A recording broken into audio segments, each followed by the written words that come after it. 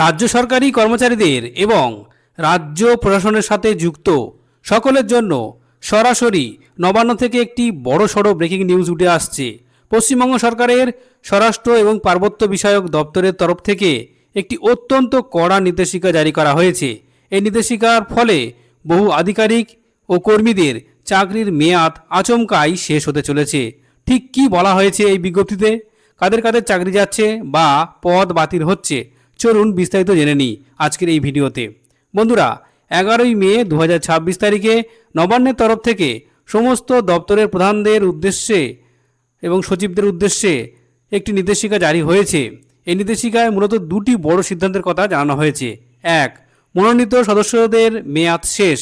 নির্দেশিকায় স্পষ্ট বলা হয়েছে, রাজ্য সরকারের অধীন থাকা বিভিন্ন বোর্ড, অসংবিধিবদ্ধ সংস্থা যেটাকে আমরা বলি নন স্ট্যাটুটারি বডিজ এবং রাষ্ট্রায়ত্ত উদ্যোগগুলিতে অর্থাৎ পাবলিক সেক্টর আন্ডারটেকিং যে সমস্ত মনোনীত সদস্য, ডিরেক্টর বা চেয়ারপারসনরা রয়েছেন তাদের মেয়াদ অবিলম্বে শেষ করতে হবে।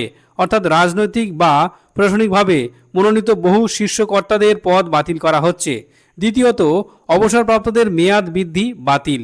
এটি সাধারণ সরকারি কর্মচারীদের জন্য সবথেকে বড় খবর। বিজ্ঞপ্তিতে জানানো হয়েছে যে সরকারি চাকরিতে স্বাভাবিক অবসরের বয়স অর্থাৎ 60 বছর পেরিয়ে যাওয়ার পর যে সমস্ত আধিকারিক বা কর্মীরা পুনর্নিয়োগ পেয়েছিলেন বা যাদের চাকরির মেয়াদ বৃদ্ধি করা হয়েছিল তাদের মেয়াদ অবিলম্বে বাতিল করা হবে। অর্থাৎ 60 বছরের পর আর কোনো কর্মী কাজে বহাল থাকতে পারবেন না। এই নির্দেশিকাটি জারি করেছেন পশ্চিমবঙ্গ সরকারের সিনিয়র স্পেশাল সেক্রেটারি এবং জানানো হয়েছে যে একটি উচ্চপদস্থ কর্তৃপক্ষের সরাসরি অনুমোদনের কার্যকর করা হচ্ছে। বিশেষজ্ঞদের মতে রাজ্য প্রশাসনের স্বচ্ছতা আনতে, নতুনদের সুযোগ করে দিতে এবং প্রশাসনের খরচ কমাতে হয়তো রাজ্য সরকার এই বড় পদক্ষেপ। এর ফলে বিভিন্ন দপ্তরের শূন্য পদের সংখ্যা আগামী দিনে বাড়তে পারে বলে আশা করা যাচ্ছে।